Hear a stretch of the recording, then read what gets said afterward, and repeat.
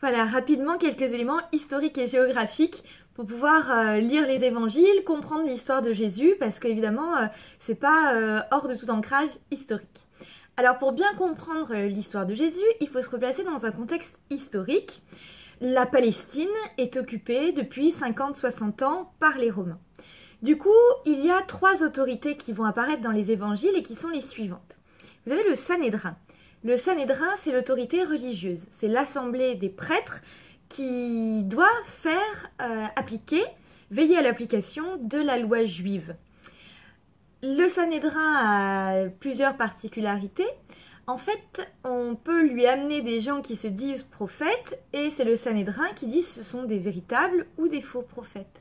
Il y a aussi autre chose, en fait, les Juifs attendent le Messie et le Sanhédrin est aussi là pour dire si une personne est le Messie attendu. Voilà, donc ça c'est le Sanhédrin, autorité religieuse, juive, voilà. Ensuite, vous avez un autre personnage que vous voyez apparaître, c'est le roi Hérode. Le roi Hérode, c'est celui qui règne sur les Juifs en acceptant l'occupation romaine. En fait, comme souvent quand il y a des occupations, il y a des gens qui sont radicalement contre, et donc à l'époque, il y a des sectes qui se radicalisent et qui sont absolument contre la présence des Romains en Palestine, les Zélotes, etc., etc. Et Hérode est en fait une autorité de compromis entre Rome et la population juive. Voilà, enfin et les juifs. Voilà, ensuite vous avez entendu certainement parler de Ponce Pilate. Vous savez qu'il y a énormément de représentations, je pense à tant de chapelles en Italie qui représentent, j'ai dit Hérode ou j'ai dit Ponce Pilate, en tout cas c'est Ponce Pilate dont je parlais.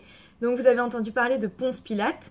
Vous avez les scènes qui sont souvent représentées où on voit Jésus se faire lyncher, se faire cracher dessus, se faire fouetter. Et c'est chez Ponce Pilate. Alors Ponce Pilate, c'est le préfet de Rome, c'est le représentant de l'autorité romaine en Palestine. Ensuite, il faut une petite mise au point géographique. En fait, vous avez le Jourdain qui traverse l'actuel État d'Israël, donc la Palestine, du nord au sud, et vous avez la mer Morte au sud. Le Jourdain, les eaux du Jourdain, ça va être symboliquement très important, parce que c'est là où Jean, appelé Jean le Baptiste, enfin Jean-Baptiste, parce qu'en fait ça veut dire Jean qui baptise, Baptiste, baptise, et c'est là que va être baptisé Jésus, et qu'il va y avoir aussi des gens qui vont attendre aussi pour se faire symboliquement laver de leurs péchés par Jean-Baptiste. Voilà. Donc en fait, le Jourdain traverse les différentes régions. Donc vous avez la Galilée, la Samarie, la Judée. En Galilée, vous avez Cana, comme dans les noces de Cana. Donc vous avez encore des représentations hyper célèbres, des tableaux que vous avez dû certainement voir, où Jésus change l'eau en vin. Et vous avez vous avez très important, Nazareth, comme dans Jésus de Nazareth, un des appellatifs que vous allez souvent retrouver dans les évangiles. Ensuite, la Samarie, vous avez l'expression bon samaritain. En fait, ce qu'il faut comprendre, c'est que comme vous aviez 12 tribus d'Israël, je vous renvoie à mon tuto précédent sur l'Ancien Testament, vous avez 12 tribus d'Israël, et arrivé sur la terre promise, chaque tribu s'est établie dans différents endroits et s'est mise à adopter des pratiques différentes, se sont mises à adopter des pratiques assez différentes des uns aux autres.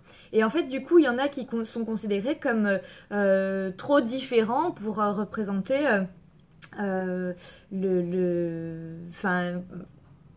qui sont contestés pour ça. Donc ça s'incarne par certaines pratiques. Donc les Samaritains sont plutôt mal vus. Cependant, l'épisode du bon Samaritain, c'est un Samaritain qui va porter secours alors que les autres ne le font pas, parce que lui ne fait pas de distinction entre les hommes et qu'il faut venir au secours de toute personne qui est dans le besoin. Donc c'est ce qui a donné, ça a une portée juridique puisque aux États-Unis on a la Good Samaritan Law qui protège les gens qui portent secours, qui les protège de poursuites éventuelles.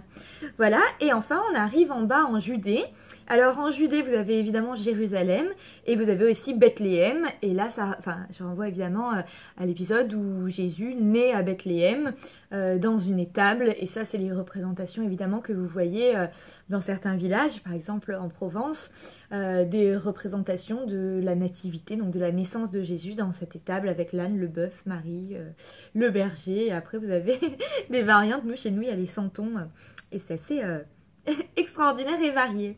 Voilà pour ça.